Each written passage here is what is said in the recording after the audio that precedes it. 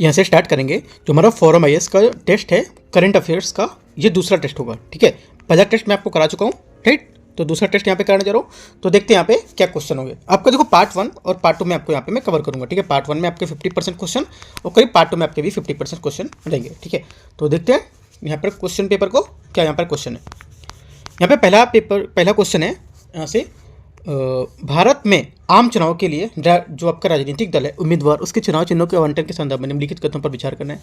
चुनाव चिन्हों के आवंटन की प्रक्रिया चुनाव चिन्ह आरक्षण एवं आवंटन आदेश 1968 द्वारा यहाँ पर शासित होता है। ठीक है, पहला क्या होगा, पहला स्टेटमेंट हमारे यहाँ से इसका करेक्ट है, सही बोल रहा है स्टेटमेंट ये। दूसरा, किसी गैर मान्यता प्राप्त जो पंजीकृत हमारे पार्टी हैं उसके उम्मीदवार को आरक्षित प्रतीक आवंटन नहीं किया जा सकता है। ठीक है, ये भी हमारा स्टेटमेंट एकदम करेक्ट है कि किसी गैर जो मान्यता प्राप्त जो हमारे पंजीकृत पार्टी होगी इसको यहाँ पर जो आरक्षित प्रतीक होगा यहाँ पर नहीं आवंटित किया जाएगा, ये भी हमारा करेक्ट है, तो ये भी करेक्ट है। तीसरा, भारतीय निर्वाचन आयोग जो हमारा इलेक्शन कमीशन ऑफ इंडिया होता है, ठीक है, ये प्रतीकों के आवंटन के लिए जिम्मेदार होगा, राइट। ये भी हमारा स्टेटमेंट इसका करेक्ट होगा। तो क्या पूछा सही कौन सा है, तो तीनों बातें क्या हमारी एकदम करेक्ट है, तो डी हमारा स्टेटमेंट यहाँ से पहले का करेक्ट हो जाएगा।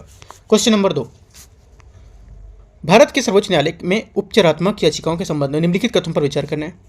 पहला, उपचारात्मक याचिका केवल तभी दायर की जा सकती है जब पीड़ित व्यक्ति ने समीक्षा याचिका यहाँ पर दायर न की हो, राइट। सेकंड क्या होगा, सेकंड यहाँ से जो पहला स्टेटमेंट है हमारा, ये पहला स्टेटमेंट हमारा यहाँ से आपका गलत हो जाएगा। ठीक है, पहला स्टेटमेंट यहाँ से गलत है क्योंकि यहाँ पर बोला है कि उपचारात्मक याचिका केवल तभी दायर कर सकते हैं जब यहाँ पर पीड़ित व्यक्ति ने समीक्षा जो याचिका है वो दायर न की हो, तो ये स्टेटमेंट हमारा गलत होगा। दूसरा देखते हैं, दूसरा बोला है संविधान के अनुच्छेद 137 के लिए उपचारात्मक याचिकाओं के लिए कानूनी आधार पर यहाँ पर ये प्रदान की जाएगी, राइट। सेकंड क्या होगा, सेकंड बात यहाँ पर हमारी इसकी करेक्ट है। ठीक है, दूसरी बात यहाँ पर बोला ये जो बात रहेगी आपकी करेक्ट हो जाएगी। ठीक है, तीसरा देखते हैं, क्योंकि दूसरी बात इसलिए करेक्ट है क्योंकि भारत के संविधान का अनुच्छेद 137 है जो ये सर्वोच्च न्यायालय को अपने स्वयं निर्णय और आदेश की समीक्षा करने के लिए यहाँ पर शक्ति रहता है। ठीक है, तो हमारा ये करेक्ट हो जाएगा, पहला गलत है। तीसरा, उपचारात्मक याचिका पर निर्णय हमेशा खुली अदालत में सुनवाई के माध्यम से यहाँ पर किया जाना चाहिए। तीसरा क्या होगा, तीसरा हमारा गलत है क्योंकि जो अंतिम सजा है उसके खिलाफ समीक्षा याचिका खारिज करने के बाद क्यूरेटिव याचिका दायर की जा सकती है। ठीक है, जो हमारी क्यूरेटिव याचिका है इस पर आम तौर पर जो न्यायाधीश हैं इसके द्वारा चैम्बर में फैसला किया जाता है तब जब तक यहाँ पर खुली अदालतों में सुनवाई के लिए यहाँ पर कोई विशिष्ट जो अनुरोध है वो स्वीकार न किया जाए। ठीक है, प्रत्येक हमारी जो क्यूरेटिव याचिका होती है उसकी फैसला सुप्रीम कोर्ट द्वारा यहाँ पर जो रूपा अशोक हुर्रा बनाम जो केस था, ठीक है, उसके लेकर यहाँ पर निर्धारित सिद्धांत पर किया जाता था। तो हमारा तीसरा क्या, तीसरा आपका गलत हो जाएगा। आंसर क्या होगा, सिर्फ हमारा दूसरा करेक्ट है। तो क्वेश्चन जो 2 का हमारा सिर्फ 2 करेक्ट है, बी यहाँ से आंसर हो जाएगा। क्वेश्चन नंबर 3 यहाँ से निम्नलिखित कथनों पर विचार करना है। भारत में प्रवर्तन निदेशालय ईडी को निम्नलिखित शक्तियां प्राप्त हैं, कौन सा ये बताना है। ठीक है, तो देखते हैं यहाँ से पहला स्टेटमेंट यहाँ से ये बोला भगोड़ा आर्थिक अपराधी अधिनियम 2018 के तहत किसी व्यक्ति को भगोड़ा आर्थिक अपराधी घोषित करना। ठीक है, पहला हमारा गलत होगा क्योंकि जो हमारी ईडी होती है ये भगोड़ा आर्थिक जो अपराधी अधिनियम 2018, ठीक है, उसकी प्रवर्तन के लिए जिम्मेदार है। ये विशेष अदालत है जो इस अधिनियम के तहत किसी व्यक्ति को भगोड़ा आर्थिक अपराध घोषित कर सकती है, ना कि यहाँ पर ईडी। तो हमारा यहाँ से क्या होगा, पहला स्टेटमेंट आपका यहाँ से गलत हो जाएगा। दूसरा देखते हैं, विदेशी मुद्रा प्रबंधन अधिनियम 1999 के प्रावधानों में संबंधित मामले इसकी जांच करेगा। ठीक है, सेकंड हमारा करेक्ट है क्योंकि हमारे इसे विदेशी मुद्रा प्रबंधन अधिनियम 1999 है फेमा, उसके प्रावधानों को लागू करने के लिए पर काम इसको दिया गया है। ठीक है, जो विदेशी मुद्रा कानूनों को विनिमय और संदिग्ध उल्लंघन की जांच करने में यहाँ पर कानून का उल्लंघन करने वालों पर दंड लगाने की निर्णय की जिम्मेदारी लेगा। ठीक है, तो सेकंड क्या होगा, करेक्ट हो जाएगा। तीसरा, ऐसी संपत्ति को फ्रीज और जब्त करना भी जिसके बारे में माना जाता है कि वह धन शोधन कार्यों से जुड़ी है। तीसरा क्या होगा, तीसरा हमारा करेक्ट है क्योंकि ईडी को मनी लॉन्ड्रिंग या अवैध संचालन की जुड़ी हुई संपत्ति है उसको फ्रीज करने और जब्त करने के लिए अधिकृत यहाँ पर किया गया है। निदेशालय के पास मनी लॉन्ड्रिंग गतिविधि को शामिल या उससे प्राप्त जो संपत्ति है उसको जब्त करने का अधिकार भी है। ठीक है, इस प्रकार जो हमारी जांच के दौरान जो निपटान को है उसको रोक दिया जाता है और कुर्की का यहाँ पर जो आदेश होते हैं वो 180 दिनों तक यहाँ पर चलता रहता है। ठीक है, तो आंसर क्या होगा, ये हमारा हो जाएगा आपका तीसरा करेक्ट है। ठीक है, जो हमारा कुर्की के लिए जो बता रहा है 180 दिन तक चलेगा और इससे बढ़ा भी जा सकता है, राइट, ये भी आपको याद रखना है। तो 2 स्टेटमेंट हमारे करेक्ट हैं, आंसर क्या हो जाएगा, बी। 2 और 3 पूछे सही कौन सा है, तो 2 और 3 हमारे सही है। क्वेश्चन नंबर 4, जन्म और मृत्यु पंजीकरण संशोधन अधिनियम 2023 के तहत निम्नलिखित कथनों में से बताना है कि कौन सा यहाँ पर स्टेटमेंट इसका सही है इसके बारे में। ठीक है, तो देखते हैं यहाँ से पहला स्टेटमेंट देखते हैं क्या है। पहला स्टेटमेंट यहाँ से पंजीकृत जन्म एवं मृत्यु का डाटाबेस केवल राज्य स्तर पर ही रखा जाएगा, गलत है।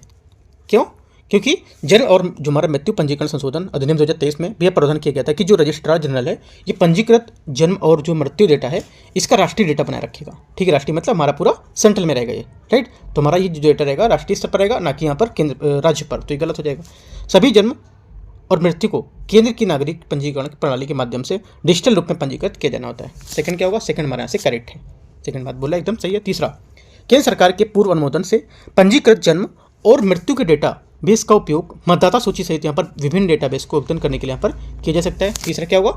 तीसरा स्टेटमेंट हमारे यहाँ से करेक्ट होगा। ठीक है, 2 और 3 हमारे यहाँ से क्या है? सही है। तो आंसर क्या हो जाएगा? आंसर हमारे यहाँ से हो जाएगा आपका 2 और 3 बी स्टेटमेंट सही पूछा है। तो ठीक है, आगे देखते हैं। क्वेश्चन नंबर 5, वाइब्रेंट विलेज कार्यक्रम के संबंध में आपको विचार करना है। ये केंद्रीय बजट 2022-23 में शुरू की गई एक केंद्र प्रायोजित योजना है। ठीक है, पहला क्या होगा? पहला स्टेटमेंट यहाँ से हमारा करेक्ट है, क्योंकि वाइब्रेंट जो विलेज योजना प्रोग्राम है ये केंद्र प्रायोजित योजना है। इसे बजट 2022-23 में पेश किया गया था। इसे वित्तीय वर्ष 2022-23 से 25-26 तक के लिए यहाँ पर 4800 करोड़ रुपए के यहाँ पर वित्तीय आवंटन के साथ लागू किया गया था। तो पहला हमारा करेक्ट हो गया। दूसरा, केंद्रीय ग्रामीण विकास मंत्रालय ने इस कार्यक्रम के लिए नोडल मंत्रालय होगा, मतलब जो हमारे इसके तहत जो मंत्रालय होगा ये कौन सा होगा? केंद्रीय ग्रामीण विकास मंत्रालय। सेकंड क्या हो जाएगा? सेकंड हमारे यहाँ से गलत है, क्योंकि ये केंद्रीय गृह मंत्रालय इस योजना के लिए नोडल मंत्रालय होगा। कौन सा? गृह मंत्रालय, ना कि यहाँ पर विकास ग्रामीण मंत्रालय। तो ये गलत हो गया। तीसरा, इसका उद्देश्य होगा कि चयनित सीमावर्ती गाँव के निवासियों को जीवन स्तर को बेहतर बनाना। तीसरा क्या होगा? तीसरा स्टेटमेंट हमारे यहाँ से करेक्ट है। राइट, क्या? क्योंकि यहाँ पर जो हमारा इसका उद्देश्य होगा कि जो पहचाने के सीमावर्ती गांव हैं उसमें रहने वाले लोगों के जीवन स्तर को बेहतर बनाना और उसके विकास पर ध्यान केंद्रित करना। ठीक है, और उसमें सुधार करना। तो हमारा 2 स्टेटमेंट करेक्ट है, 1 और 3। पूछा सही कौन सा है? तो डी हमारा करेक्ट आंसर हो जाएगा। छठा नंबर देखते हैं। छठा नंबर है, भारत में चुनाव के लिए आदर्श आचार संहिता के संदर्भ में निम्नलिखित पर विचार करना है। ठीक है, पहला स्टेटमेंट यहाँ से देखते हैं। पहला स्टेटमेंट बोल रहा है ये जनप्रतिनिधित्व अधिनियम 1951 के तहत जारी कानूनी रूप से बाध्यकारी दिशा निर्देश का एक समूह होता है। ठीक है, पहला क्या होगा? पहला स्टेटमेंट हमारे यहाँ से इसका गलत हो जाएगा। राइट, पहला स्टेटमेंट गलत है, क्योंकि जो हमारे MCC कानून है उसको कानूनी रूप से क्या है? बाध्यकारी नहीं होते हैं। पहले तो आपको ये याद रखना है। ठीक है, बाध्यकारी नहीं होंगे और क्या होंगे? ये अनिवार्य रूप से स्वैच्छिक होते हैं और किसी भी कानून द्वारा यहाँ पर समर्थित नहीं होते। तो हमारा पहला गलत हो गया। दूसरा, चुनाव आयोग आदर्श आचार संहिता के उल्लंघन, ठीक है, और उसके जो राजनीतिक दल है उसके विरुद्ध किसी भी प्रकार की दंडात्मक कार्रवाई नहीं कर सकता। ये गलत है। ये बोला दंडात्मक कार्रवाई नहीं कर सकता, तो ये क्या गलत हो जाए? क्योंकि ये दंडात्मक कार्रवाई कर सकता है, तो ये भी गलत हो गया। दोनों बातें हमारे यहाँ पर इसमें गलत बता रहे हैं। तो आंसर क्या होगा? डी। ना तो एक सही और ना ही डी सही, मतलब 2 सही है। ठीक है, 7वां नंबर देखते हैं। राष्ट्रीय स्वास्थ्य मिशन के संबंध में निम्नलिखित तथ्यों पर आपको विचार करना है। देखते हैं ऐसे। राष्ट्रीय स्वास्थ्य मिशन है, इसके बारे में पहला स्टेटमेंट है, ये मानता है कि लोगों का स्वास्थ्य, पशुओं और जो साझे पर्यावरण उसमें स्वास्थ्य निकटता से जुड़ा हुआ है। राइट, पहला क्या होगा? पहला हमारा करेक्ट है, क्योंकि राष्ट्रीय स्वास्थ्य जो मिशन है ये मनुष्य, पशुओं और पर्यावरण से प्रभावित करने वाली जो बीमारी है उसके प्रबंधन के लिए यहाँ पर एकीकृत दृष्टिकोण है। ये मानता है कि लोगों का स्वास्थ्य, पशुओं और साझा जो हमारे पर्यावरण के स्वास्थ्य उससे निकटता से जुड़ा हुआ है। तो पहला करेक्ट हो जाएगा। दूसरा, ये केंद्र सरकार के विभिन्न मंत्रालय और विभागों के बीच एक समन्वय दृष्टिकोण होगा। सेकंड क्या होगा? सेकंड हमारे यहाँ से इसका स्टेटमेंट जो रहेगा ये भी स्टेटमेंट हमारा सेकंड भी करेक्ट है, क्योंकि मिशन में स्वास्थ्य, पशुपालन, विज्ञान और प्रौद्योगिकी, ठीक है, जैव प्रौद्योगिकी सहित यहाँ पर 13 मंत्रालय विभाग के यहाँ पर भी समन्वय शामिल किया जाएगा। तीसरा देखते हैं। इसका उद्देश्य रोग निगरानी हेतु रणनीति और रोग की रोकथाम के लिए पर उपकरण को विकसित करना होगा। ठीक है, फिर से पढ़ देता हूँ इसको। इसका जो उद्देश्य होगा रोग निगरानी के लिए यहाँ पर रणनीति बनाना और रोग की रोकथाम के लिए उपकरण विकसित करना। ये भी हमारा करेक्ट है। देखो कुछ स्टेटमेंट हमारे पढ़ने से ही समझ आ जाते हैं कि एकदम सही बोल रहे हैं वो। ठीक है, जैसे कि तीसरा यहाँ पर दे रहा है, तो तीसरा मुझे पढ़ने से ही समझ आ रहा है कि यहाँ पर सही है। ठीक है, तो आंसर क्या हो जाएगा? आंसर हमारा हो जाएगा आपका 1, 2, 3, तीनों यहाँ से करेक्ट है। डी स्टेटमेंट सही है हमारा। क्वेश्चन नंबर 8, भारत के संविधान के संदर्भ में 1988 का 61वां संविधान संशोधन अधिनियम भारतीय संविधान के हिंदी संस्करण को कानूनी मान्यता प्रदान की गई है। ठीक है, तो इसके बारे में बता रहा है। तो पहला स्टेटमेंट हमारा जो 8वां रहेगा इसका क्या हो जाएगा? ये गलत है, क्योंकि 58वें संविधान संशोधन 1987 द्वारा, ठीक है, ना कि 88 के द्वारा 61 में, तो ये गलत हो जाएगा। दूसरा, राष्ट्रीय राजधानी क्षेत्र दिल्ली के लिए एक विधानसभा का गठन किया गया इसी के तहत। ठीक है, सेकंड क्या होगा? सेकंड स्टेटमेंट हमारे यहाँ से ये भी गलत है, क्योंकि यहाँ पर 69वां संविधान संशोधन 1991 दिल्ली के लिए यहाँ पर राष्ट्रीय राजधानी क्षेत्र के लिए यहाँ पर बनाया गया था, ना कि 61वां। ये भी गलत हो गया। ये जो टॉपिक है सेकंड वाला, ये जो दे रहा है स्टेटमेंट, ये टॉपिक मैं आपको डेली टारगेट में पढ़ने को दे भी चुका हूँ। ठीक है, पूरे बारे में इसको समझाया भी था मैंने और टॉपिक भी दिया था पढ़ने के लिए। तो डेली टारगेट से अगर आप नहीं जुड़े हो तो डेली टारगेट हमारा रोज होता है, रोज सुबह 8 बजे वहाँ से आपको डेली टॉपिक दिए जाते हैं, वहाँ पे आप जुड़ सकते हो। रोज को रोज आपको पढ़ने के लिए टॉपिक दिए जाएंगे। ठीक है, तो ये वहाँ पे टॉपिक मैं आपको बता चुका हूँ कि पढ़ने के लिए। ठीक है, अगर आप यहाँ पे सॉल्व करें क्वेश्चन को तो आपका यहाँ क्वेश्चन सही होना चाहिए था। राइट, पहला आपका गलत है, दूसरा भी गलत है। तीसरा, आम चुनाव के लिए मतदान की 21 वर्ष से घटाकर 18 वर्ष कर दी गई थी इसके तहत, ठीक है। तीसरा क्या होगा, तीसरा स्टेटमेंट हमारे यहाँ से करेक्ट है, सिर्फ एक स्टेटमेंट करेक्ट है तीसरा, तो आंसर क्या हो जाएगा, केवल 3D। क्वेश्चन नंबर 9,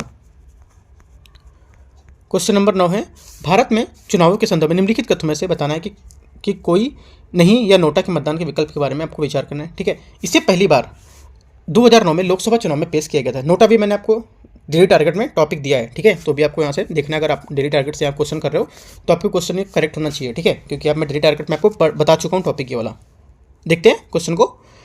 ये बोले से पहली बार 2009 में लोकसभा के चुनाव में पेश किया गया था, तो पहला क्या हो जाएगा, पहला स्टेटमेंट हमारा से गलत है, क्योंकि 2013 में बैलेट पेपर और इलेक्ट्रॉनिक वोटिंग मशीन ईवीएम के पर नोटा में इनमें से कोई नहीं था। गलत विकल्प जो था वो यहाँ पर पेश किया गया था, ठीक है, 13 में ना कि 2009 में। ये वर्तमान में राष्ट्रपति, उपराष्ट्रपति, लोकसभा और विधानसभा के चुनाव में उपलब्ध है। सेकंड क्या होगा, सेकंड भी गलत है, क्योंकि यहाँ से जो वर्तमान में लोकसभा और राज्य विधानसभा के चुनाव के लिए उपलब्ध है, राष्ट्रपति उपराष्ट्रपति चुनाव के लिए नहीं है।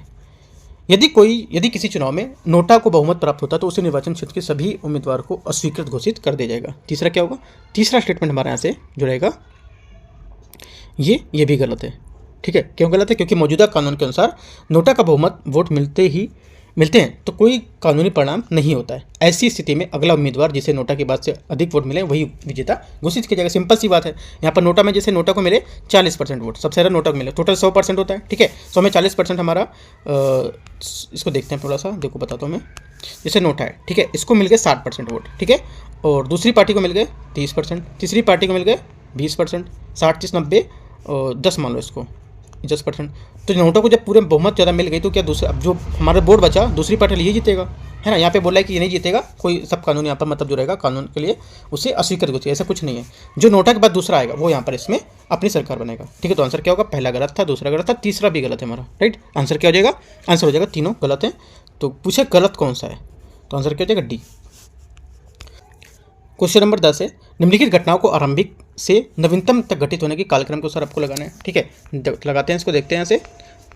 देखो पहला क्या है, पहले यहाँ पर आपका हुआ था भारत में इलेक्ट्रॉनिक वोटिंग मशीन ईवीएम का आगमन हुआ था, ठीक है। तो क्या हो जाएगा, पहला स्टेटमेंट हमारे यहाँ से इसका करेक्ट हो जाएगा। 1982 में शुरू की गई थी, ठीक है, और आम चुनाव में 2004 में यहाँ पर सभी लोकसभा में यहाँ पर इस्तेमाल भी किया गया था। तो हमारा ये क्या हो जाएगा, ये करेक्ट हो जाएगा, 1982 पहला हमारा सही है। उसके बाद हमारा आएगा यहाँ से जो तीसरी घटना है 1988 में 61वें संविधान संशोधन के तहत लोकसभा और राज्य विधानसभा के चुनाव को के लिए मतदान की किस से घटाकर 18 कर दी गई थी। इसके बाद तीसरा आएगा हमारा, ठीक है। एक के बाद क्या आएगा, एक के बाद आएगा हमारा 3।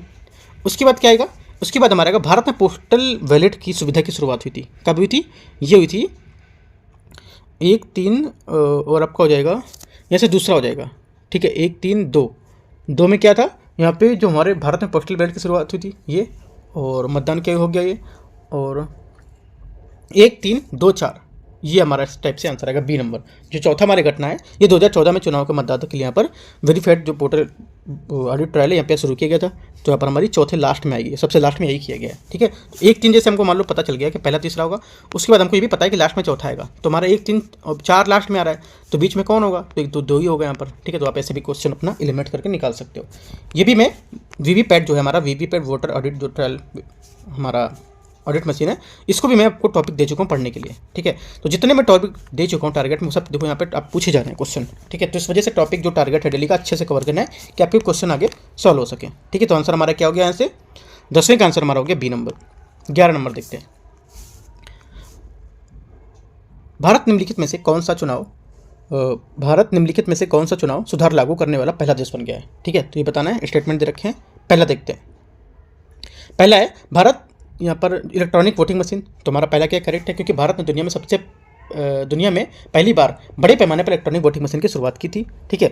1982 को यहाँ पर केरल में उत्तर जो परवूर निर्वाचन क्षेत्र था वहाँ पर ये किया गया था। तो हमारा क्या हो जाएगा, पहला करेक्ट हो जाएगा। दूसरा, महिलाओं को मताधिकार, राइट, सेकंड गलत है, क्योंकि न्यूजीलैंड ने 1893 में महिलाओं को नागरिक मताधिकार यहाँ पर दिया था। ये राष्ट्र बन के पहले राष्ट्र बना था यहाँ पर, तो हमारा ये गलत हो जाएगा। तीसरा, मतदान की 18 वर्ष की गई थी यहाँ पर, ठीक है। तो ये भी हमारा गलत है, क्योंकि 1969 में ब्रिटेन ने मताधिकार को घटाकर 18 वर्ष करने वाला पहला देश बना था, ठीक है। तो हमारा ये भारत बना था कब, 28 मार्च 1989 को, तो ये भी गलत हो जाएगा।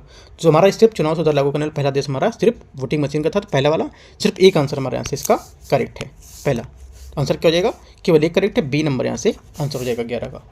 12 नंबर देखते हैं, भारत में केंद्र सरकार के कर्मचारियों के लिए चाइल्ड केयर अवकाश नीति के संबंध में निम्नलिखित कथनों पर विचार करना है। देखते हैं इसको 12 नंबर को। पहला स्टेटमेंट यहाँ से होगा, ये बोला है पुरुष केवल तभी चाइल्ड केयर अवकाश के लिए पात्र होंगे जब वे एकल पिता हों।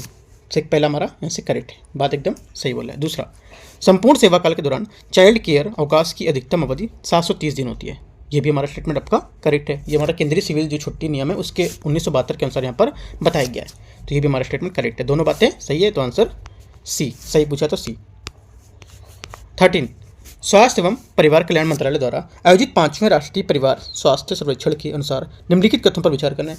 भारत की प्रजनन दर प्रतिस्थापन स्तर से नीचे गिर गई है। ठीक है, तो क्या होगा 13 का पहला स्टेटमेंट हमारे यहाँ से इसका करेक्ट है, सही बोल रहे हैं। दूसरा, केवल दक्षिण और पश्चिम भारत में के राज्यों में प्रजनन दर प्रतिस्थापन स्तर से ऊपर है। सेकंड गलत है, क्योंकि बिहार, मेघालय, उत्तर प्रदेश, झारखंड और मणिपुर जैसे राज्य हैं, इनकी प्रजनन दर प्रतिस्थापन जो हमारी स्तर है उससे औसत रूप से यहाँ पर ऊपर है। 4 राज्य हमारे उत्तर भारत के और पूर्व यहाँ पर में स्थित है, तो हमारा सभी दक्षिण भारत राज्य इसमें नहीं होगा, तो हमारा गलत हो जाएगा। ये आंसर क्या होगा, सिर्फ पहला करेक्ट है। पूछा क्या है क्वेश्चन में, क्वेश्चन पूछा कौन सा सही है, तुम्हारा एक ए। 14 नंबर है, भारत में स्वास्थ्य के अधिकार के संबंध में निम्नलिखित कथनों पर विचार करना है। भारत में स्वास्थ्य के मौलिक अधिकार के लिए स्पष्ट संवैधानिक प्रावधान हैं। ठीक है, 14 का पहला क्या होगा, 14 का पहला स्टेटमेंट यहाँ से गलत होगा, क्योंकि भारत में स्वास्थ्य मौलिक अधिकार के लिए कोई स्पष्ट संवैधानिक प्रावधान नहीं है। ठीक है, तो हमारा एक गलत हो जाएगा। दूसरा, भारत का संविधान, ठीक है, भारत का संविधान राज्य को सार्वजनिक स्वास्थ्य और पोषण में सुधार करने का दायित्व देता है। सेकंड क्या होगा, सेकंड हमारे से करेक्ट होगा। पहला गलत है, दूसरा सही, तो आंसर क्या हो जाएगा, केवल 2 सही है, बी स्टेटमेंट 14 का। यहाँ से क्वेश्चन 15 है, इसमें बोला है निम्नलिखित कथनों पर विचार करना है। चुनावों में कृत्रिम बुद्धिमत्ता एआई का प्रयोग आदर्श आचार संहिता के लिए महत्वपूर्ण चुनौतियां उत्पन्न करता है। ठीक है, तो पहला क्या होगा, पहला स्टेटमेंट हमारे यहाँ से इसका करेक्ट है, सही बात बोल रहे हैं। दूसरा, एआई का उपयोग डीप फेक बनाने के लिए किया जा सकता है जो गलत सूचना फैलाते हैं। ठीक है, तो ये भी स्टेटमेंट हमारा क्या है, एकदम करेक्ट है। दोनों बातें हमारा एआई के बारे में यहाँ पर बता रहे हैं, राइट, तो क्या होगा, दोनों बातें यहाँ पर सही है। स्टेटमेंट देखते हैं, ये हमारी देखो एक दूसरे की व्याख्या भी कर रहे हैं, क्योंकि कथन हमारा जो क्या है, ये भी एआई चुनावी प्रक्रिया की बात कर रहा था, और ये भी हमारे आचार जो संहिता है उसके लिए डीप फेक है जो तकनीकी, उसके बारे में हमारा गलत इस्तेमाल के बारे में बता रहा था। तो दोनों एक दूसरे की क्या व्याख्या कर रहे हैं, ये हमारा यहाँ से आंसर करेक्ट हो जाएगा। 16 नंबर देखते हैं, निम्नलिखित कथनों पर विचार करना है। ठीक है, देखते हैं 16 नंबर, पहला स्टेटमेंट है, भारत की प्रजनन दर पिछले 3 दशकों में लगातार गिर रही है। ठीक है, तो क्या होगा, पहला यहाँ से पहला स्टेटमेंट हमारा एकदम करेक्ट है, सही बोल रहा है। दूसरा देखते हैं, ग्रामीण क्षेत्रों में प्रजनन दर शहरी क्षेत्रों की तुलना में अधिक है। सेकंड क्या होगा, सेकंड भी हमारा करेक्ट है। ठीक है, ग्रामीण क्षेत्रों में जो प्रजनन दर हमारी कितना है, 2.1 है, और भारत में जो शहरी दर में है वो हमारी 1.6 है, तो कम हो गई। तो ये हमारा स्टेटमेंट सही है, पहला भी सही था और दूसरा भी हमारा यहाँ से सही है। तीसरा देखते हैं, तीसरा है, प्रतिस्थापन स्तर से नीचे की प्रजनन दर के कारण जनसंख्या वृद्धि हो रही है। ठीक है, तीसरा क्या होगा, तीसरा भी हमारे यहाँ से करेक्ट है। चौथा, बिहार, उत्तर प्रदेश जैसे राज्यों में प्रजनन दर अभी भी प्रतिस्थापन स्तर से ऊपर है।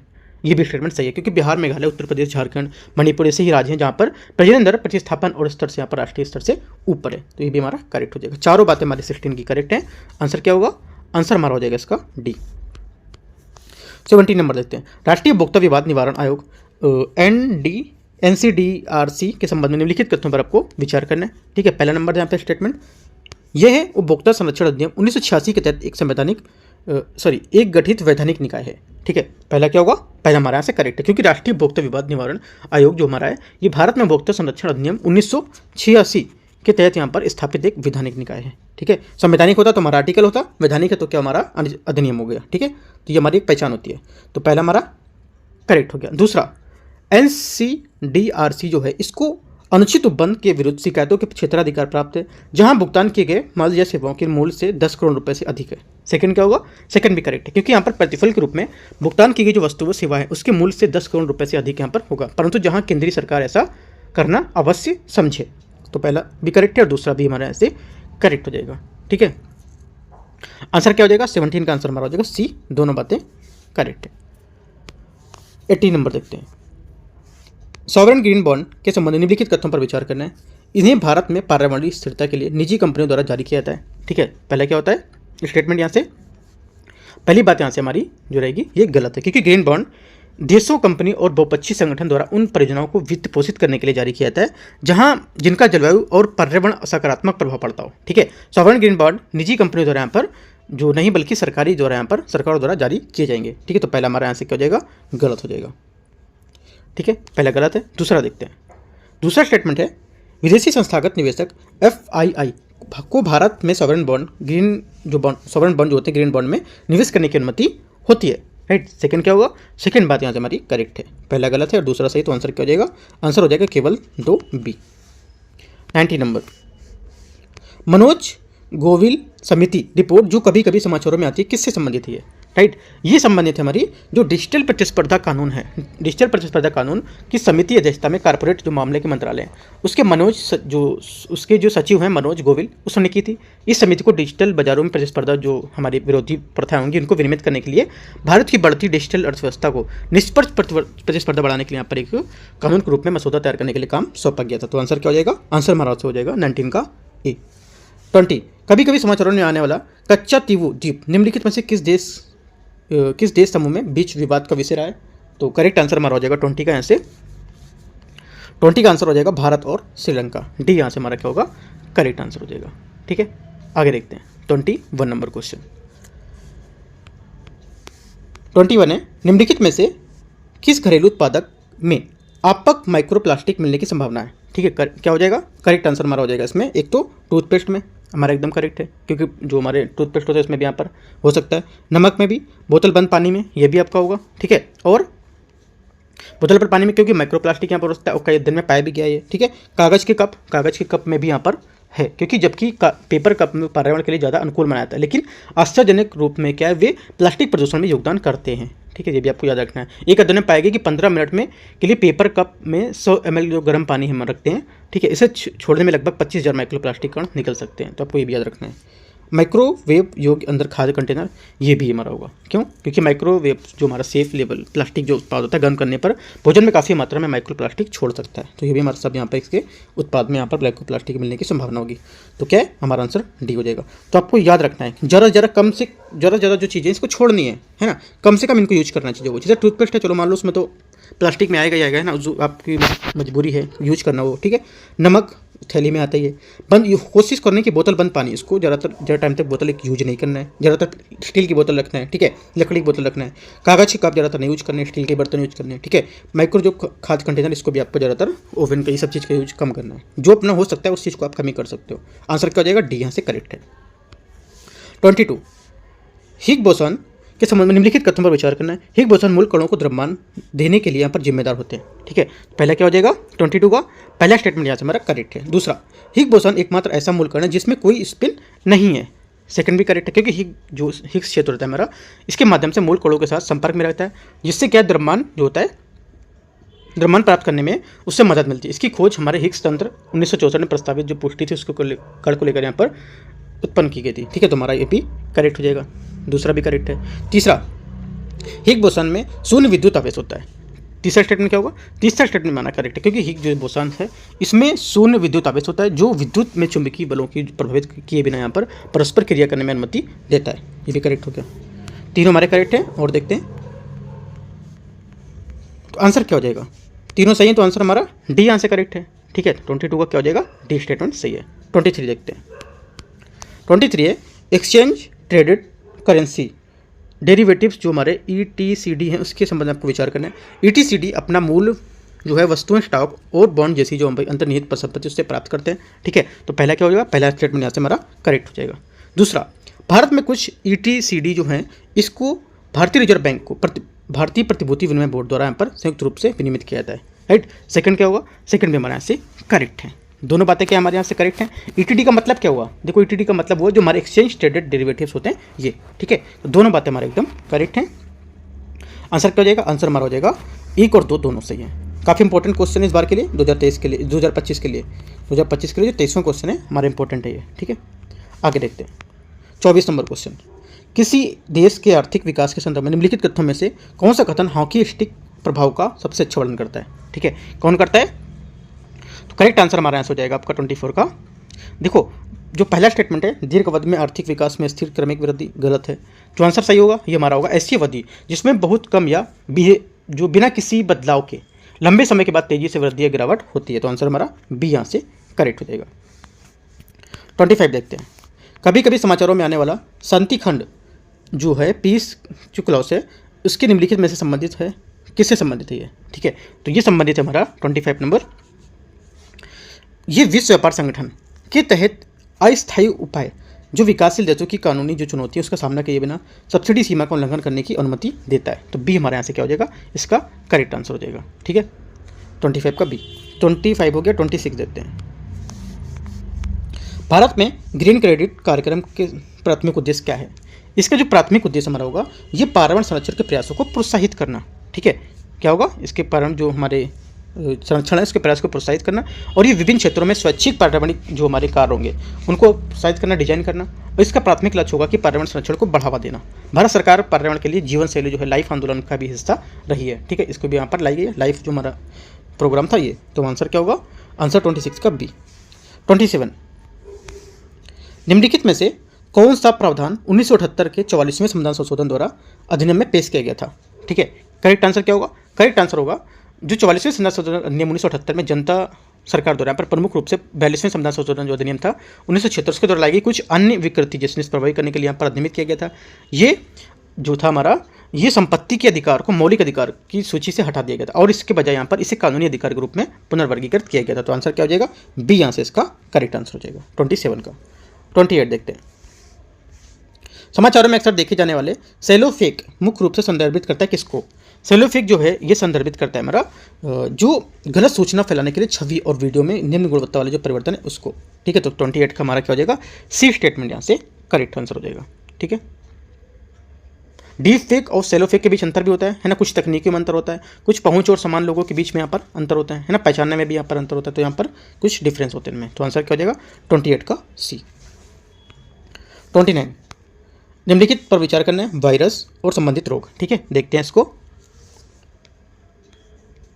यहाँ से पहला है पहला स्टेटमेंट है H1N1 अच्छा H1N1 लिखा हुआ है, राइट। H1N1 जो होगा ये हमारा स्वाइन फ्लू, ये हमारा करेक्ट है क्योंकि H1N1 वायरस हमारा स्वाइन फ्लू के नाम से भी जानते हैं इसको, करेक्ट हो गया। H5N1, ठीक है, सेकंड क्या होगा, सेकंड भी हमारे यहाँ से करेक्ट है। H5N1 अत्यधिक रोगजनक जो हमारे एवियन इन्फ्लुएंजा वायरस है जो जंगली घरेलू जानवरों की वजह से प्रकोप के कारण यहाँ पर बना रहता है। ये एवियन इन्फ्लुएंजा जिसे आमतौर पर बर्ड फ्लू के यहाँ पर नाम से जानते हैं। तो ये भी हमारा करेक्ट है, दोनों करेक्ट हैं।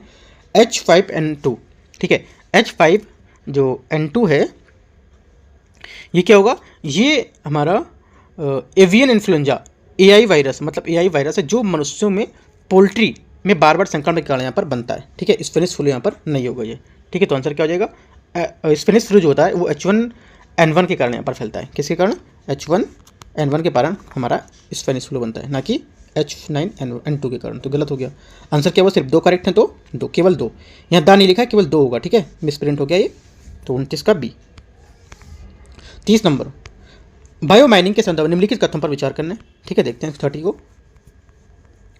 यहाँ पे बोला है कूड़ा स्थलों पर बड़े पुराने जो नगर पालिका ठोस अपशिष्ट के लाभकारी उपयोग को वैज्ञानिक जो प्रक्रिया है उसमें, ठीक है। तो क्या होगा, यहाँ बताना है कौन सा स्टेटमेंट इसका सही होगा 30 का, ठीक है। तो पहला स्टेटमेंट हमारा ये करेक्ट है क्योंकि यहाँ पर डंप साइट में पड़े जो पुराने नगर पालिका ठोस कचरे खुदाई से उपचार के जो पृथक्करण मिलते हैं उसके लाभकारी जो उपयोग है उसकी वैज्ञानिक प्रक्रिया जिसे आमतौर पर विरासत अपशिष्ट यहाँ पर कहा जाता है। पहला करेक्ट हो गया। दूसरा, इसका उपयोग समुद्र में तेल रिसाव तथा मिट्टी, भूमि और सतही जल के प्रदूषण को साफ करने के लिए किया जाता है। सेकंड क्या होगा, सेकंड भी हमारे यहाँ से करेक्ट होगा। तीसरा, ये अपशिष्ट से धातु जैसी जो उपयोगी घटक है इसको निकालकर संसाधनों को पुनः चक्रित करने की अनुमति देता है।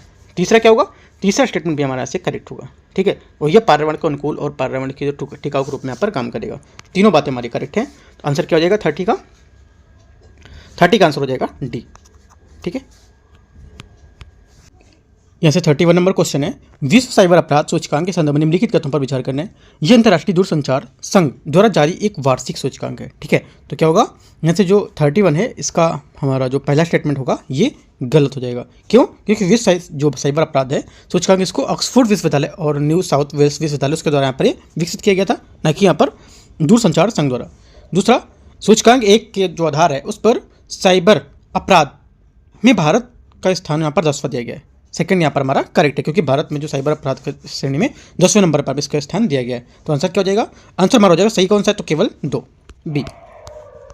32, हाल ही में समाचारों में देखे गए नेक्स्ट कार 19 के संदर्भ में निम्नलिखित पर विचार करना है। ये भारत की पहली स्वदेशी रूप से विकसित CAR-T कोशिका थेरेपी है, मतलब कार थेरेपी है, ठीक है, तो पहला क्या हो जाएगा, यहाँ से 32 का जो पहला स्टेटमेंट है ये आपका करेक्ट हो जाएगा, राइट। दूसरा, इसे भारत बायोटेक ने भारतीय चिकित्सा अनुसंधान परिषद जो ICMR है उसके सहयोग से विकसित किया है। सेकंड क्या होगा, सेकंड हमारा यहाँ से गलत है, क्योंकि IIT बॉम्बे द्वारा टाटा मेमोरियल सेंटर और IIT बॉम्बे स्थापित एक जो स्टार्टअप है उसके द्वारा पर ये विकसित किया गया था, ना कि यहाँ पर भारत बायोटेक के द्वारा, ये पर गलत हो जाएगा। तीसरा, ये एक बार जीन थेरेपी है, ये एक बार की जीन थेरेपी है जिसमें कुछ प्रकार के कैंसर को ठीक करने की क्षमता होती है, ठीक है। तीसरा हमारे यहाँ से करेक्ट है। आंसर क्या हो जाएगा, आंसर हो जाएगा हमारा पहला और तीसरा करेक्ट है, तो आंसर सी। आगे देखते हैं क्वेश्चन नंबर 33।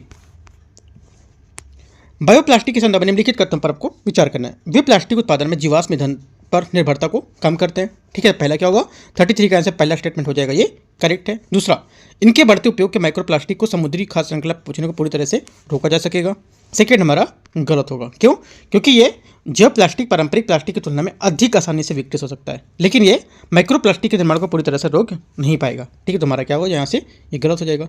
तीसरा, वे मानव खाद्य सुरक्षा के लिए एक संभावित खतरा है, ठीक है। तीसरा क्या होगा, तीसरा हमारे यहाँ से करेक्ट है, क्योंकि यहाँ पे मकई, स्टार्च और वनस्पति तेलों जैसे खाद्य जो हमारे आधारित संसाधन है उससे बायोप्लास्टिक का उत्पादन मानव खाद्य सुरक्षा के लिए यहाँ पर समेत खतरा पैदा कर सकता है। तो हमारा ये भी स्टेटमेंट आपका क्या होगा, तीसरा करेक्ट हो जाएगा। चौथा, वे पारंपरिक प्लास्टिक की तुलना में पर्यावरण में कार्बन उत्सर्जन को संभावित रूप से कम कर सकते हैं। चौथा क्या होगा, चौथा हमारा करेक्ट है। तो आंसर क्या हो जाएगा, पहला, तीसरा और चौथा, तो 3 स्टेटमेंट हमारे यहाँ से इसके करेक्ट है, केवल 3 सी। 34 देखते हैं। यदि संयुक्त राज्य अमेरिका USA का फेडरल बैंक ब्याज दरें बढ़ाता है तो भारत में निम्नलिखित में से कौन सा संभावित परिणाम होगा, ठीक है। देखो जो हमारा संभावित परिणाम होगा इसमें क्या होगा, एक तो पहला यहाँ से भारतीय मुद्रा का मूल्य जो बढ़ेगा, गलत है। अमेरिकी ब्याज दरों की वृद्धि से लेकर भारतीय मुद्रा का जो मूल ह्रास होगा, ना कि यहाँ पर मूल वृद्धि होगी, तो गलत हो गया।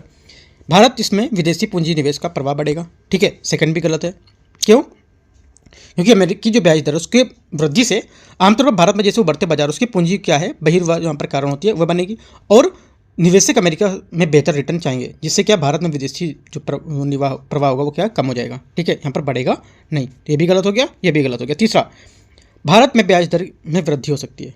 तीसरा स्टेटमेंट क्या होगा, तीसरा स्टेटमेंट हमारे यहाँ से करेक्ट है, क्योंकि हमारा जो ब्याज दर है वो यहाँ पर बढ़ेगा, ठीक है। भारतीय जो रिजर्व बैंक है RBI ये घरेलू ब्याज दरों में वृद्धि करने के लिए मजबूर करेगा, ठीक है। तो हमारा तीसरा सब करेक्ट है, तो आंसर क्या हो जाएगा, सी यहाँ से करेक्ट आंसर हो जाएगा 34 का। 35, भारत के स्वतंत्रता संग्राम आंदोलन के संदर्भ में निम्नलिखित कथनों पर युग्मों पर आपको विचार करना है। प्रसिद्ध महिला व्यक्तित्व, ठीक है, यहाँ पर जो प्रसिद्ध महिला व्यक्तित्व दे रखे हैं और यहाँ पर महत्वपूर्ण योगदान दे रखे हैं। तो पहला जो हमारा स्टेटमेंट है आपका सही है, उस समय था भारत छोड़ो आंदोलन के दौरान यहाँ पर गुप्त कांग्रेस रेडियो का आयोजन किया गया, ये हमारा सही होगा। दूसरा, कल्पना दत्ता ये एक उल्लेखनीय भारतीय क्रांतिकारी थी जिन्होंने 18 अप्रैल 1930 को सूरसेन के नेतृत्व में यहाँ पर चटगांव जो शस्त्रागार है उसमें छापे में भाग लिया था, ये भी हमारा करेक्ट है। तीसरा, कमला देवी चट्टोपाध्याय, ये भी हमारा करेक्ट है। क्या है, ये गांधी जी की महिलाओं को दांडी मार्च में अग्रिम पंक्ति में यहाँ पर शामिल थी, तो तीनों हमारे करेक्ट है। और देखते हैं 35 और चौथा यहाँ पर है लक्ष्मी स्वामीनाथन, ये क्या है, लक्ष्मी स्वामीनाथन ये भी हमारा करेक्ट है, क्योंकि ये नेताजी सुभाष चंद्र बोस द्वारा गठित भारतीय राष्ट्रीय जो हमारी सेना थी INA इसकी झांसी की रानी रेजिमेंट की भर्ती करता यहाँ पर कारवाक में कमांडर थी, ये हमारा करेक्ट। चारों स्टेटमेंट हमारे क्या करेक्ट है, आंसर क्या हो गया, डी। 36 है, पुनेट स्क्वायर के संदर्भ में निम्नलिखित कथनों पर विचार करना है। ये एक ग्राफिकल प्रस्तुति है जिसका उपयोग संतान में विभिन्न जीनोटाइप और फेनोटाइप की संभावना का पता लगाने के लिए किया जाता है, ठीक है। तो 36 का क्या होगा, 36 का आंसर जो पहला स्टेटमेंट हमारा ये स्टेटमेंट करेक्ट हो जाएगा। दूसरा, इसे ग्रेगर मेंडल ने तैयार किया था, ठीक है। सेकंड क्या होगा, सेकंड हमारा यहाँ से स्टेटमेंट जो करेगा ये स्टेटमेंट आपका सेकंड वाला ये गलत हो जाएगा, क्यों, क्योंकि जो पुनेट स्क्वायर का जो आविष्कार है 1905 में रेजिनाल्ड पुनेट ने किया था, ग्रेगर मेंडल है नहीं, तो हमारा गलत हो जाएगा। ओनली 1 करेक्ट है, पूछा सही कौन सा है, तो केवल 1 सही है। 37, अफार त्रिभुज के संदर्भ में अफार त्रिभुज निम्नलिखित में से किस क्षेत्र में स्थित है, अफार जो त्रिभुज है निम्नलिखित में से किस क्षेत्र में स्थित है, भूवैज्ञानिक अब ये बताना है, ठीक है। तो आंसर हमारा क्या हो जाएगा, आंसर हमारा 37 का हो जाएगा, ये पूर्वी अफ्रीकी दरार प्रणाली, राइट। अफार जो हमारा त्रिभुज है जिसे अफार डिप्रेशन के नाम से भी जाना जाता है, ये पूर्वी अफ्रीकी दरार प्रणाली, इसके भीतर अफ्रीका के हार्न में स्थित क्षेत्र के भूगर्भीय रूप से सक्रिय होते हैं, जो 3 हमारे टेक्टोनिक प्लेट के विचलन के लिए जाने जाते हैं। हमारे एक तो कौन का, एक तो अरबियन प्लेट, अफ्रीकन आपका न्यूबियन और अफ्रीकी सोमाली प्लेट, 3 यहाँ से इसके नाम पे जाना है। तो हमारा आंसर क्या हो जाएगा 37 का, ये पूर्वी अफ्रीकी दरार प्रणाली जो होगा ये हमारा त्रिभुज अफार के नाम से जानते हैं, अब दाव है इसका, ठीक है। 38, कभी कभी समाचारों में दिखने वाली कल्लकडल जो घटना है किससे संबंधित है? ये हमारी जो है 38 ये संबंधित है आपकी जो उफनती लहरें हैं उससे संबंधित है। ठीक है, जो हमारी कल्लकडल जो का मतलब होता है भारत में दक्षिण पश्चिमी तट पर मानसून पहले अप्रैल मई है और यहाँ पर कभी कभी मानसून के बाद लहरों के कारण जो हमारी तटीय बाढ़ होती है उसको यहाँ पर बोलते हैं, जैसे कि यहाँ पर उफनती हुई लहरें आती हैं उसको बोलते हैं। ठीक है, तो आंसर हमारा क्या हो जाएगा? आंसर हो जाएगा 38 का सी। 39 है, निम्नलिखित युग्मों पर आपको विचार करना है। समाचारों में अक्सर यहाँ पर उल्लेखित स्थल और चर्चा में रहने का यहाँ पर कारण क्या है? ठीक है, देखते हैं 38 का। यहाँ से देखो पहला जो स्टेटमेंट है ये दारफुर, यहाँ पर क्या बोला? पहला बोला दारफुर, तो क्या होगा इसका? यहाँ से पहला स्टेटमेंट हमारा सही है क्योंकि दारफुर पश्चिमी सूडान का एक क्षेत्र होता है। ठीक है, और अगला क्या है?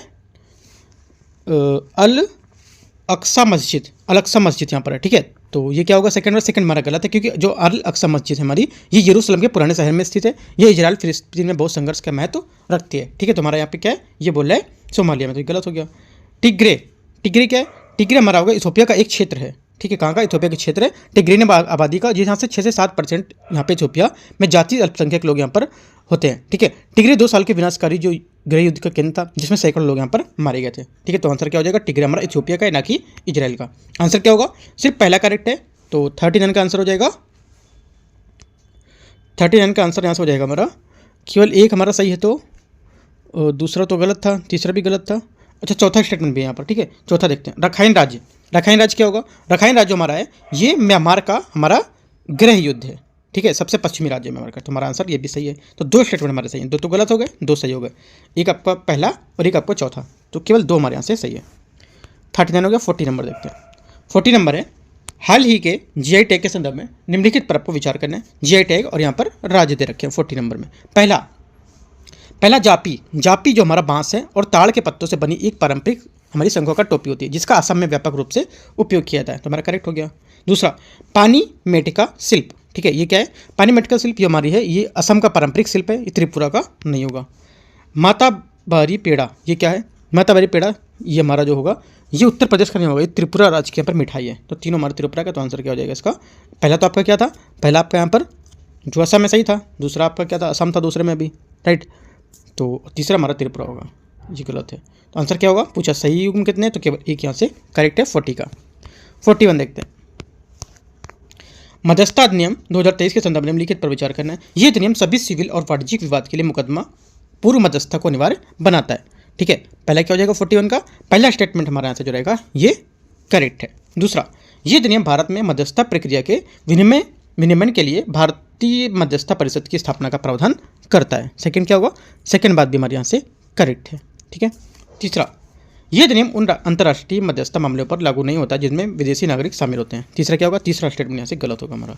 क्यों? क्योंकि यहाँ पर यह अधिनियम भारत के भीतर जो की गई मध्यस्थता के साथ साथ यहाँ पर अंतर्राष्ट्रीय मध्यस्थता को भी लागू होता है, तो तीसरा गलत हो जाएगा। आंसर क्या होगा? आंसर हमारा हो जाएगा 41 का ए, केवल 1 और 2 करेक्ट है। 42 देखते हैं।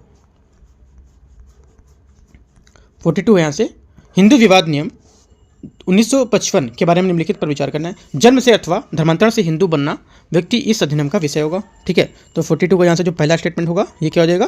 पहला स्टेटमेंट यहाँ से करेक्ट हो जाएगा। दूसरा, अधिनियम में प्रावधानों के अनुसार पूरे भारत में विवाह का पंजीकरण अनिवार्य होता है। सेकंड क्या होगा? सेकंड गलत है क्योंकि हिंदू विवाह अधिनियम 1955 में धारा 8 में विवाह के पंजीकरण संबंधित प्रावधान है। इस अधिनियम में तहत ऐसे प्रावधान पार्टियों को अनिवार्य रूप से करता है जो यहाँ पर अपने विवाह को पंजीकृत कराने का जनादेश नहीं देते हैं। ठीक है, तो हमारा सेकंड गलत हो जाएगा। तीसरा, भारत में केवल पंजीकरण के साथ किंतु उचित समारोह के बिना पर किए गए विवाह को अमान्य घोषित किया जा सकता है। तीसरा क्या होगा? तीसरा हमारे यहाँ से करेक्ट होगा। ठीक है, हाल में क्योंकि दिए गए जो फैसले सर्वोच्च न्यायालय ने कहा कि उचित समारोह के दौरान यहाँ पर मातृ विवाह का पंजीकरण हिंदू विवाह नियम के तहत वैध नहीं होगा। ठीक है, तो हमारा आंसर ये भी करेक्ट है और पहला भी करेक्ट है। आंसर क्या हो जाएगा? हो जाएगा हमारा 42 का 1 और 3 सी। 43 नंबर, निम्नलिखित कथनों पर विचार करना है। पिछली जनगणना के अनुसार भारत में बाल श्रमिक की सबसे अधिक संख्या उत्तर प्रदेश राज्य में है। ठीक है, तो क्या हो जाएगा? 43 का पहला स्टेटमेंट यहाँ से हमारा इसका रहेगा ये करेक्ट है क्योंकि 2011 की जनगणना के अनुसार यहाँ पर बाल जो श्रमिक थे उसमें 5 से 14 वर्ष की आयु के काम करने वाले जो बच्चे हैं उनमें सबसे अधिक संख्या यहाँ पर उत्तर प्रदेश में देखी गई थी। ठीक है, तो पहला हमारा करेक्ट हो गया। दूसरा, कोविड-19 महामारी ने वैश्विक स्तर पर बाल श्रमिक संख्या में काफ़ी वृद्धि की है। ये भी स्टेटमेंट हमारा सही है, क्योंकि यहाँ पर जो हमारा आईएलओ है, इंटरनेशनल जो हमारा लेबर ऑर्गेनाइजेशन है, उसने यहाँ पर और यूनिसेफ ने यहाँ पर एक रिपोर्ट जारी की थी, जिसमें से यहाँ पर ये बताया था कि क्या है, जिसमें जो संख्या थी हमारी बढ़कर 160 मिलियन हो गई है। ठीक है, तो जिसमें से 8.4 मिलियन बच्चों की यहाँ पर वृद्धि देखी गई है। तो दोनों बातें हमारी सही हैं। आंसर क्या हो जाएगा? C. 44 number, voter verifiable paper audit trial. ठीक है, वोटर जो वेरीफाइड पेपर ऑडिट ट्रायल होती है, उसके बारे में पूछा है। कथन एक, ये मैं आपको टारगेट में बता चुका हूँ, ये क्वेश्चन आपका गलत नहीं होना चाहिए। ठीक है, देखते हैं। वीवीपैट इलेक्ट्रॉनिक मशीन ईवीएम में डाले गए वोटों को सत्यापन की अनुमति देकर मतदान की प्रक्रिया को पारदर्शित बढ़ाता है। ठीक है, पहला स्टेटमेंट तुम्हारा ये रहा। ठीक है, दूसरा स्टेटमेंट यहाँ से, वीवीपैट मुद्रित पर्ची तैयार करता है और ईवीएम में वोट डाले गए मतदाताओं को प्रदर्शित करता है। सेकंड स्टेटमेंट ये है हमारा। तीसरा क्या होगा? भारत के जो निर्वाचन आयोग है, इसको ईवीएम की गणना के विरुद्ध वीवीपैट की पर्चियों को 100% सत्यापित करने का अधिकार होता है। तो कौन सा सही आपको बताना है? मैं 10 सेकंड का टाइम देता हूँ, आपको सोचना है और बताना है आंसर क्या होगा। देखो, पहला स्टेटमेंट हमारा यहाँ से करेक्ट है। ठीक है, दूसरा स्टेटमेंट यहाँ से हमारा जो बोला है ये भी आपका करेक्ट है, क्योंकि यहाँ पर जो पर्ची है तैयार करता दिखाता है कि सही है या नहीं। आपको किसने आपको वोट डाला है तो वहाँ पे दिखाएगा कि आपने सत्यापित करेगा कि हाँ कुछ सेकंड के लिए, करीब 7 सेकंड है इसके देता है इतना टाइम, तो आपको दिखाता है कि सही होगा नहीं। इसका तीसरा स्टेटमेंट ये गलत होगा, क्योंकि वीवीपैट जो हमारा है ये ईवीएम जो हमारी ईसीआई है, election commission of India, EVM की गणना के विरुद्ध वीवीपैट पर्चियों का जो हमारा 100% क्रॉस सत्यापन नहीं करता है। तो हमारा ये गलत हो गया। ओनली 2 करेक्ट हैं, पहला और दूसरा। आंसर क्या हो जाएगा? आंसर हमारा हो जाएगा इसका 1 और 2 करेक्ट है। तो आंसर क्या होगा इसका बताता हूँ। 44 का यहाँ पर देखो, हमारा 1 और 2 सही था। ठीक है, तीसरा गलत था, तो कौन सा मैच कर रहा है?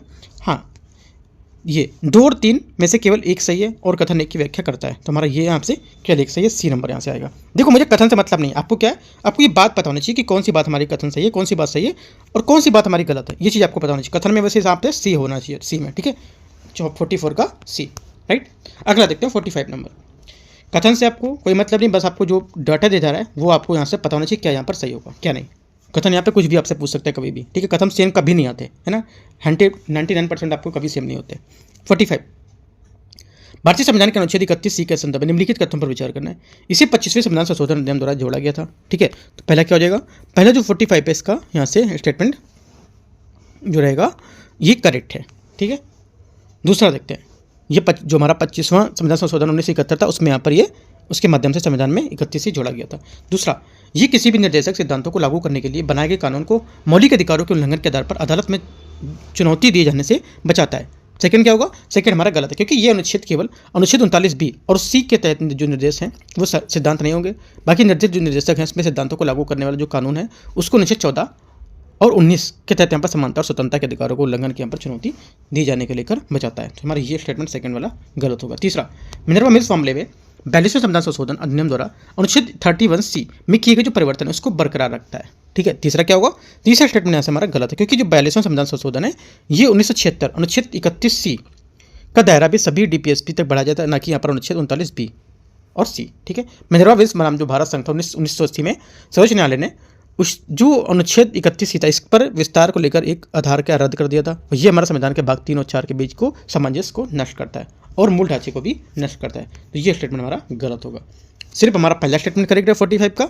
आंसर क्या हो जाए कि केवल एक स्टेटमेंट हमारे यहाँ से सही है। ठीक है, आर्टिकल 31C काफ़ी न्यूज़ में है, एक बार आपको जाके फिर से 31, ये अगर खत्म होता है टेस्ट खत्म करने के बाद आपको आर्टिकल 31C पढ़ना है। ठीक है, क्या है, और जो भी टॉपिक आपके गलत हो रहे हैं वो टॉपिक आपको लिख के सही करना है और टारगेट से और जुड़ जाना है। आपको अगर क्वेश्चन गलत, मैं टारगेट डेली दे रहा हूँ याद करने के लिए, पढ़ने के लिए, आपको वहाँ से जुड़ना है और अच्छे से अच्छे अपने क्वेश्चन को डेली सॉल्व करना है। ठीक है, अगर देखते हैं 46 नंबर, सर्वोच्च न्यायालय में चर्चित निम्नलिखित ऐतिहासिक मामले पर विचार करना है। केस यहाँ पर दे रखा है और चर्चित जो मुख्य हमारे सिद्धांत मुद्दा है वो क्या, ये भी दे रखा है। ठीक है, देखते हैं इसको। पहला, केशवनंद भारती मामला, ये क्या होगा?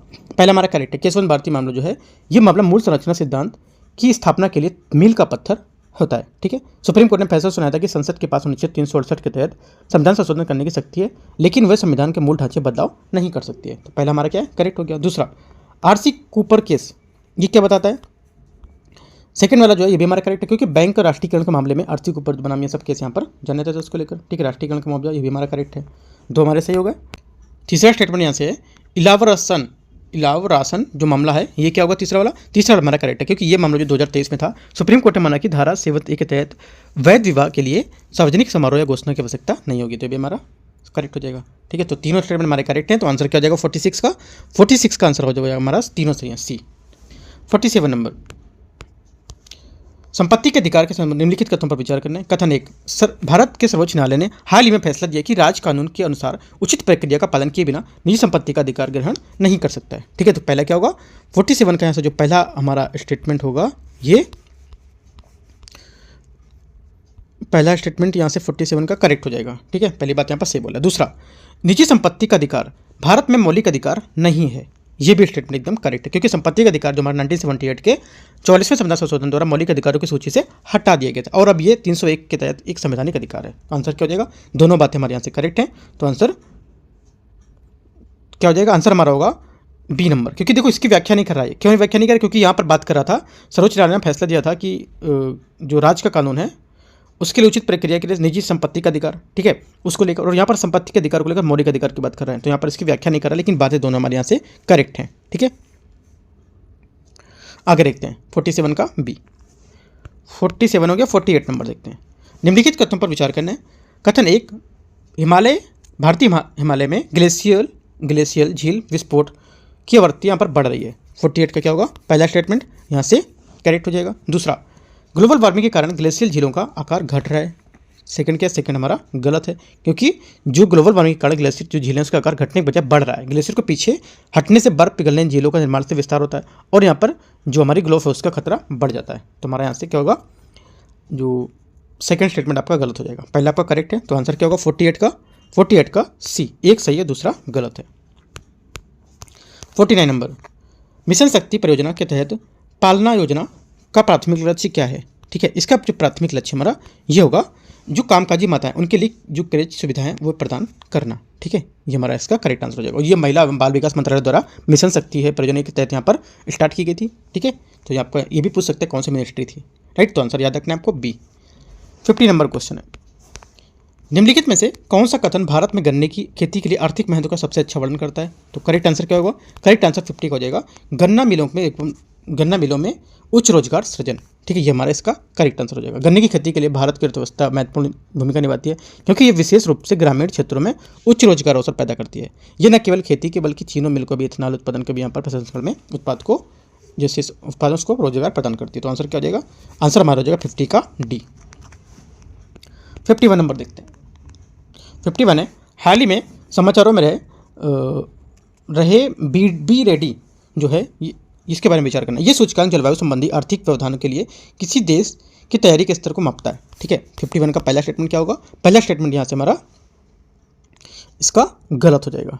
ठीक है, पहला स्टेटमेंट हमारा से गलत है, क्योंकि बी रेडी जो इंडेक्स है विश्व बैंक द्वारा दुनिया भर की जो अर्थव्यवस्था उसको कारोबारी माहौल को निवेश के जो माहौल उसको आकलन करता है। ठीक है, तो हमारी ये जलवायु सूचकांक द्वारा नहीं।